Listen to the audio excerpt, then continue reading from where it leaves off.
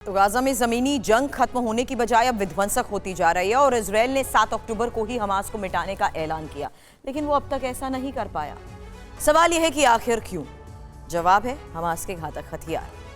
और हमास के पास हथियारों का इतना बड़ा जखीरा मौजूद है कि वो काफी लंबे वक्त तक जंग लड़ सकता है। अब गाजा युद्ध की रिपोर्टिंग कर रहे TV9 रिपोर्टर विपिन चौबे ने वॉर ग्राउंड से जो रिपोर्ट्स भेजी हैं उससे हमास के हथियारों को लेकर बड़े और चौंकाने वाले खुलासे हुए हैं।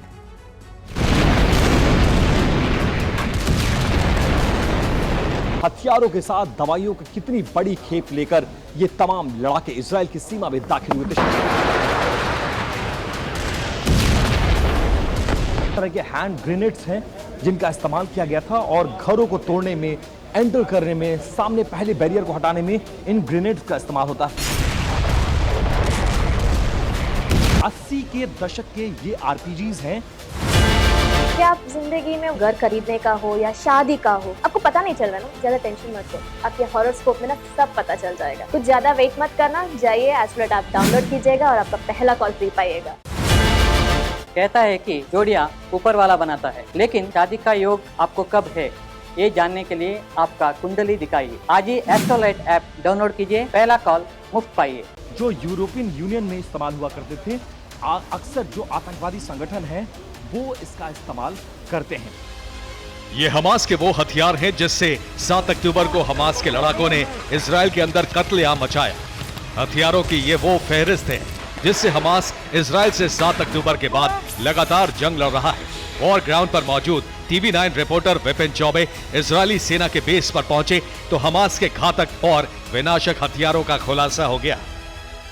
इजराइल के खिलाफ 7 अक्टूबर को शुरू हुए जंग में हमास के लड़ाकों ने कितनी बड़ी तैयारी कर रखी थी, उसका साजो सामान इस वक्त इजराइल के एक डिफेंस बेस पर रखा हुआ है। और मैं उसी डिफेंस बेस पर TV9 भारतवर्ष की मौजूदगी है और एक एक इक्विपमेंट्स आपको दिखाए जा रहे हैं। जंग को 1 महीने से ज्यादा वक्त हो चुका है। इजराइल हमास को अब तक इसलिए नहीं मिटा पाया क्योंकि उसके पास एक से बढ़कर एक घातक हथियार मौजूद है। ये आईईडीज बम है जिनका इस्तेमाल इजराइल के गांवों में किया गया था और बड़ी तादाद में, कितनी बड़ी तादाद में ये आर्म्स और एम्युनिशंस को लेकर दाखिल हुए थे इजराइल की सीमा में। ये वो माइंस है, हैवी माइंस है जो लगभग जिस एरिया में प्लांट किया जाए वहां लगभग 500 मीटर का इलाका उड़ा पाने में ये पूरी तरह से सक्षम होता है।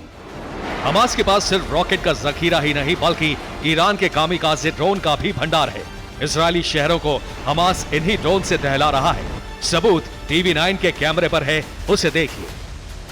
मेरे सामने आपको एक UAV नजर आ रहा है।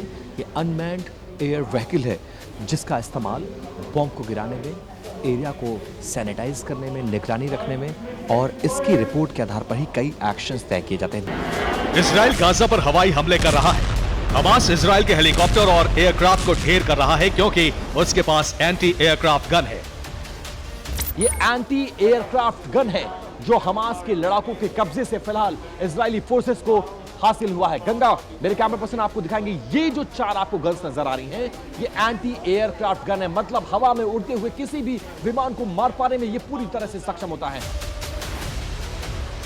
हमास के पास मैग्नेट बम के साथ साथ फास्फोरस बम भी मौजूद है। 7 अक्टूबर को इन दोनों बमों से इजराइल की धरती पर हमास ने बहुत बड़ा संहार किया था। ये ईरान मेड बॉम्ब है जिसकी तस्दीक ये स्टिकर करता हुआ आपको नजर आएगा। इसके पीछे मैग्नेट लगा होता है और ये मैग्नेट किसी भी कार में, किसी भी ऐसे सरफेस में जो लोहे से बना होता है उससे चिपक जाता है और उसको वहां से लॉन्च किया जा सकता है। ये फास्फोरस बम का इस्तेमाल किया जाता है इसमें, जहां पे इसको लोड किया जाता है और उसके बाद ट्रिगर करके इसका इस्तेमाल उसमें किया जाता है। गाजा में जो जमीनी जंग चल रही है उसमें इजराइल के मरकावा टैंक तबाह हो रहे हैं।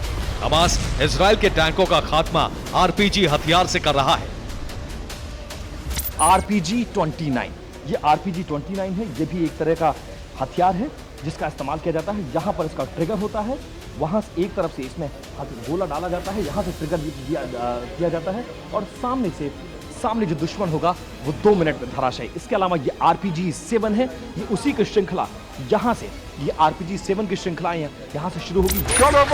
हमास के लड़ाकों ने 7 अक्टूबर को इजराइल में कई घरों को तोड़कर लोगों को मौत के घाट उतारा। इन घरों को तोड़ने के लिए ब्रिक ब्लास्टिंग बम का इस्तेमाल किया गया।